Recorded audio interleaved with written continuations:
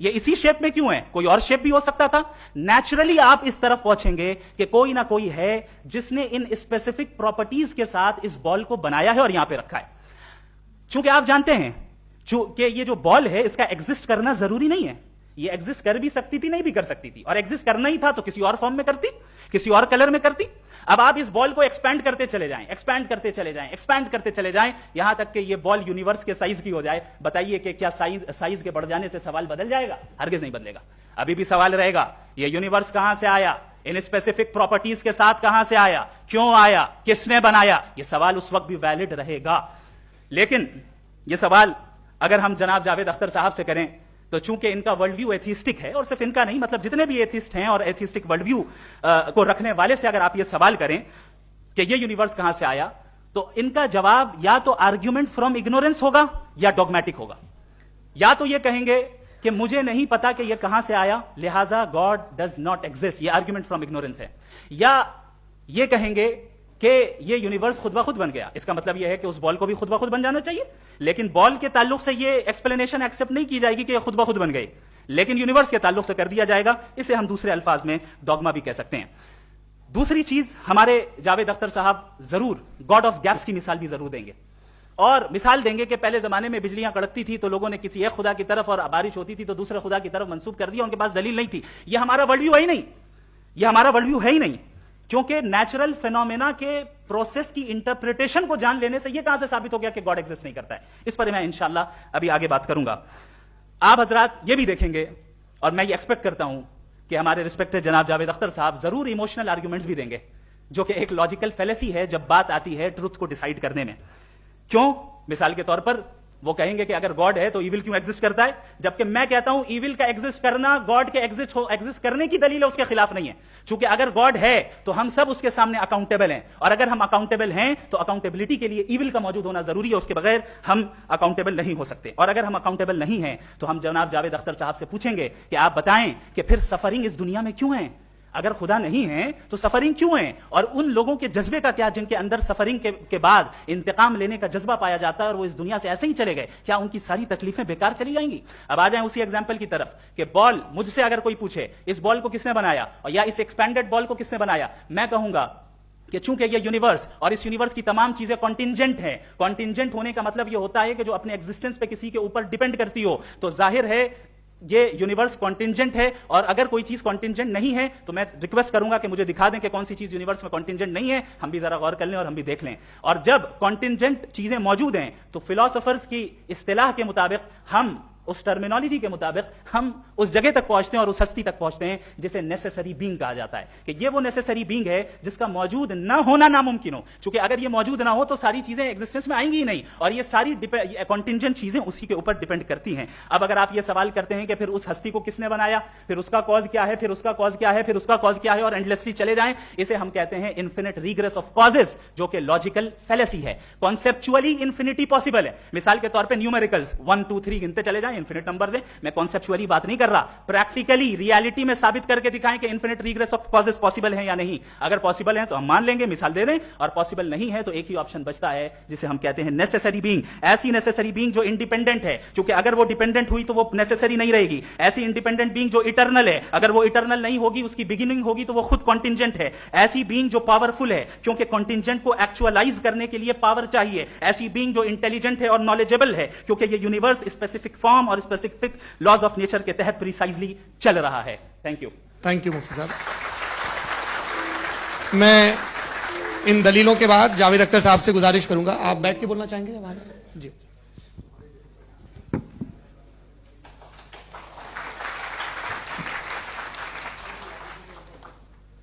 پہلے تو میں مفتی صاحب کو ایک اچھی خبر دینا چاہوں گا کہ میری نالج سائنس کے بارے میں بڑی معمولی ہے, تو آپ فکر نہ کریں اس کی, لیکن کچھ کامن سینس ہے مجھ میں.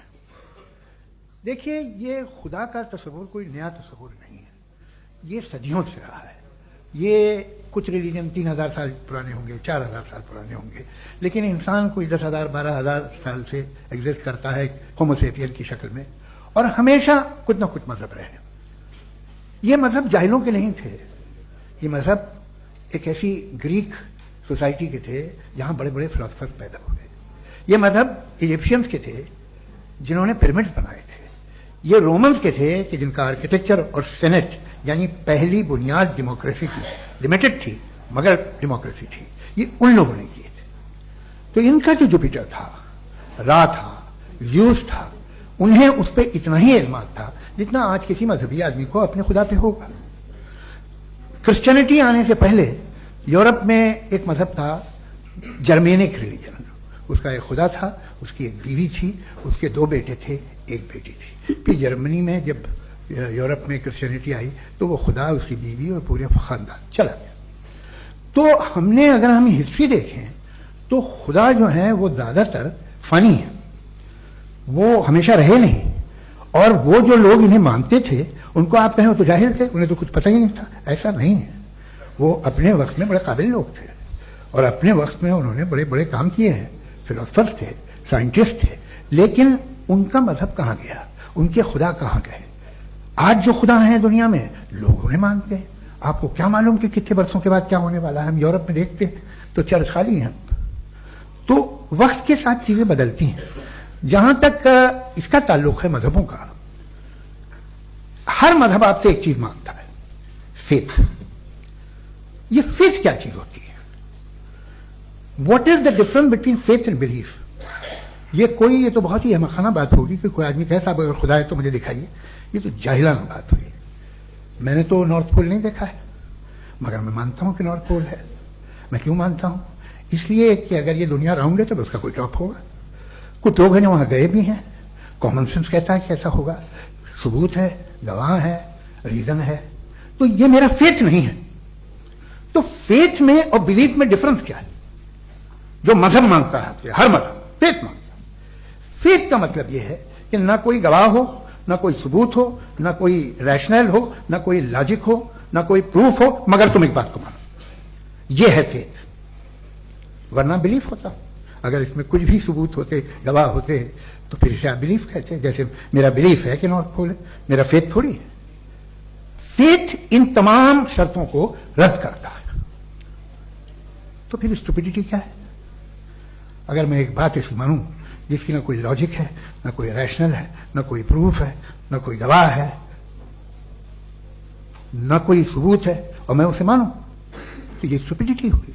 اسے ہی وہی کل کو میں یقین کر لوں کہ ایلون مسک جو ہے میرا بھائی ہے تو مجھے انتہائی خوشی ہوگی، سکون بھی بہت ملے گا مجھے. لیکن اور کہے بھائی کیوں مانتے ہو؟ کیا ثبوت ہے؟ بھائی وہ تو امریکن ہے اور تم تو انڈین ہو، وہ تو نسل الگ ہے، تمہیں کبھی ملے بھی نہیں. صاحب دیکھیے میرا فیتھ ہے، اس پہ بات کیا. فیتھ کا مطلب ہی یہ ہے کہ آپ پروف نہیں کر سکتے. اگر آپ پروف کر سکتے ہو تو فیتھ کی ضرورت ہی نہیں. پھر تو آپ بات کریں، آپ کتنی بحث کر لیجیے. الٹیمیٹلی دنیا کا ہر مذہب فیتھ پہ ٹکا ہے. اور فیتھ کا مطلب ہے ایک ایسا یقین جس کا کوئی ثبوت، کوئی گواہ، کوئی ریشنل نہیں. اب آپ یہ کہیں کیا آپ یہ کیوں کہہ رہے ہیں کہ صاحب یہ کائنات کس نے بنائی؟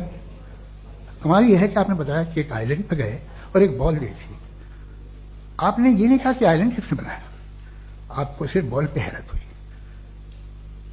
ہم نے آئلینڈ پہ حیرت نہیں کی. ہوتے ہیں آئلینڈ. اسی طرح یہ آئلینڈ ہے، ستارے، یہ گیلیکسیز، یہ سب آئلینڈ ہیں، خلا میں. ہم انہیں ٹیکن فور گرانٹیڈ لیتے ہیں، ہم پوچھتے نہیں کس نے بنایا. آپ نے جزیرے کے بارے میں بھی نہیں پوچھا ہے. میری پیدائش کیسے ہوئی؟ کیا میں پلانٹ پیدا ہوا تھا؟ I was planned to be born, یا ایک لکی اسپم تھا جو کسی ایک سے چپک گیا؟ میری پیدائش رینڈم. اور انصاف جسے آپ کہتے ہیں، انصاف کا تو نیچر سے کوئی واسطہ ہی نہیں ہے. جو آپ کہتے ہیں کہ ایک دن انصاف کرے گا، انصاف از اے ہیومن کانسیپٹ. نیچر میں کوئی انصاف نہیں. اگر شیر ہرن کو کھا جاتا ہے تو اسے کوئی سزا نہیں ملتی. اگر ایک آندھی آتی ہے اور ہرے بھرے پیڑوں کو اکھاڑ کے پھینک دیتی ہے تو آندھیوں کی جیل نہیں ہوتی ہے. نیچر میں انصاف نہیں، اس لیے مجھے نیچر کو انصاف کی ضرورت بھی نہیں. نیچر تمام ایک ہے. اب ہم کہیں کہ صاحب یہ دیکھیے جو میں نے کھانا کھایا تھا یہ میری آنکھوں نے یوں کر دیا اسے تو اسے سزا ملنے نہیں. وہ سسٹم ہے، ایسے ہی چل رہا ہے. نیچر بغیر انصاف کے ہے. انصاف از اے ہیومن کانسیپٹ. تو جو آپ سے کہتا ہے کہ میں تمہیں انصاف دوں گا وہ انسانی ذہن کی پیداوار ہے. یہ نیچرل ہے ہی نہیں، یہ آسمانی ہے ہی نہیں. نیچر کا تصور، انصاف کا تصور. بھائی آپ ساتھ ملتے ہیں، اب آپ لیفٹ ہینڈ ڈرائیو کر لیں، یہ کیا ہے؟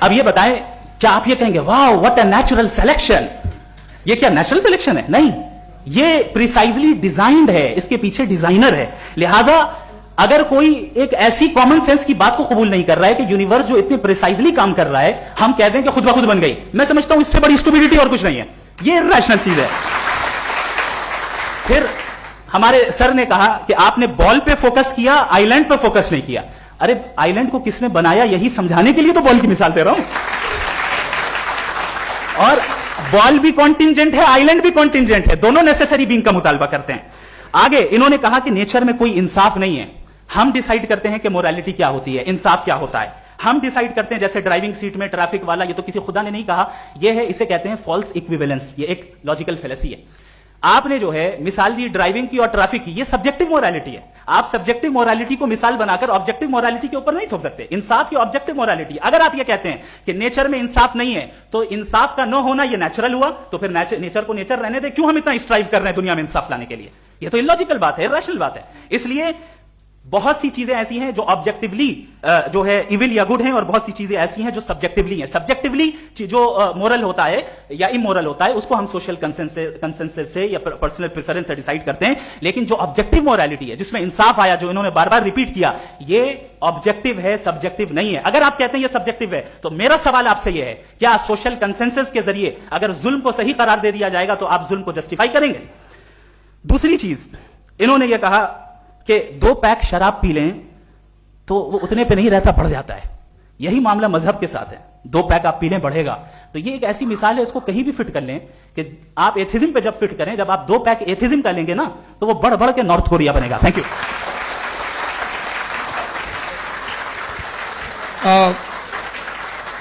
فرسٹ راؤنڈ کے ریبٹل کے لیے میں جاوید صاحب کو انوائٹ کر رہا ہوں. آپ کے پاس 7 منٹ کا وقت ہے, ریسیٹ کر دیجیے گا پلیز.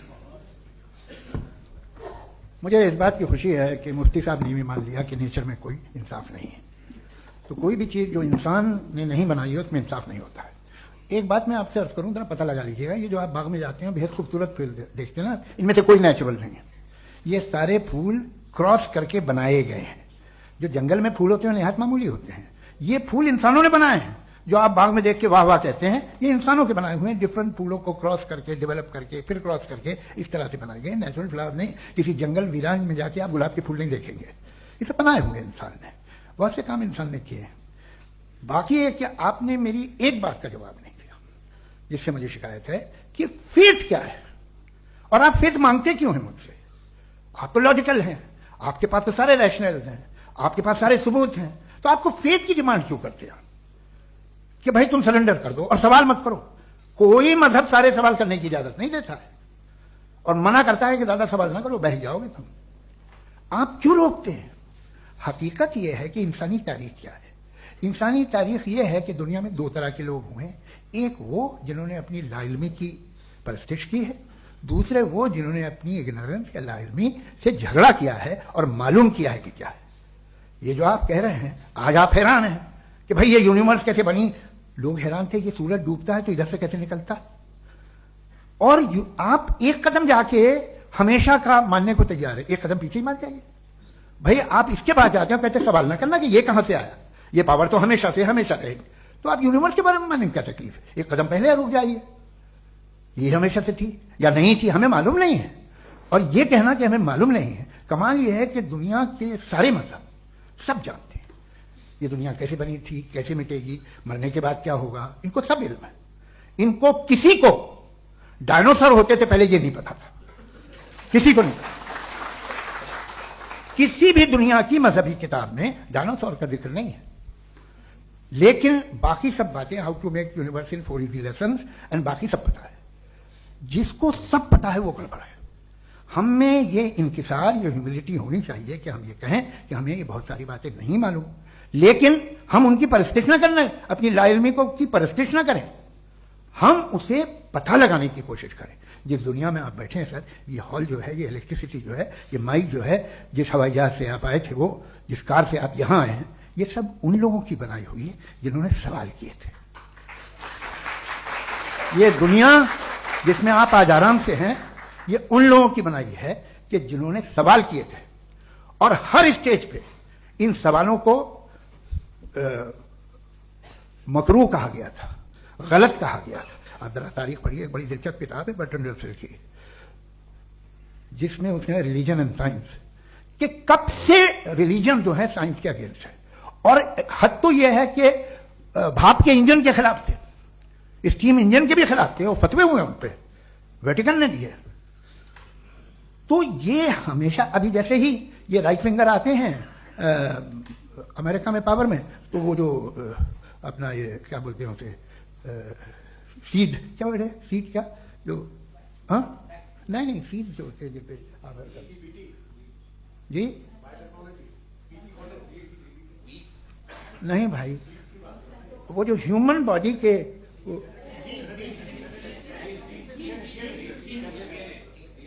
اس پہ ریسرچ بند ہو جاتی ہے, ریپبلکن نہیں کرنے دیتے. ارے بھائی اتنا ڈر کیا ہے تمہیں؟ ایک زمانے میں بہت ناراض تھے یہ سارے مذہبی لوگ کہ یہ انسان تو انسان بنانے کی کوشش کر رہا ہے. آپ کو کیا تکلیف بھائی, بنا لے تو بنا لینے دو, یہ خوف کیا ہے؟ اور یہ سب آج جو آپ کہہ رہے ہیں ناممکن ہے, یہ کیسے ہوا؟ مجھے ایک قصہ یاد آتا ہے. جب میں 6ٹھی کلاس میں تھا تو میں میتھمیٹکس میں بہت ویک تھا, تو ایک ٹیچر رکھ دیا گیا, اس نے 1 2 3 4 5 6 7 کو سکھا دیا مجھے. وہ دن میں بھول نہیں سکتا ہوں مفتی صاحب, جس دن اس نے یہ بتایا کہ 1/2 کیا ہوتا ہے اور 3/4 کیا ہوتا ہے. مجھے ایسا لگا کہ میرا سر بیچ سے پھٹ جائے گا. یہ آدمی کہہ رہا تھا کہ دیوار کے اندر جاؤ واک کرتے ہوئے. آج ہنستا ہوں میں اس بات پہ. تو آج جو باتیں آپ کے ذہن سے بالکل پرے ہیں اور آپ حیران ہوتے انہیں دیکھ کے, ایک وقت آئے گا کہ معمولی لگیں گے. اور ہوا ہے, آپ کی انسانی تاریخ ہی ہے.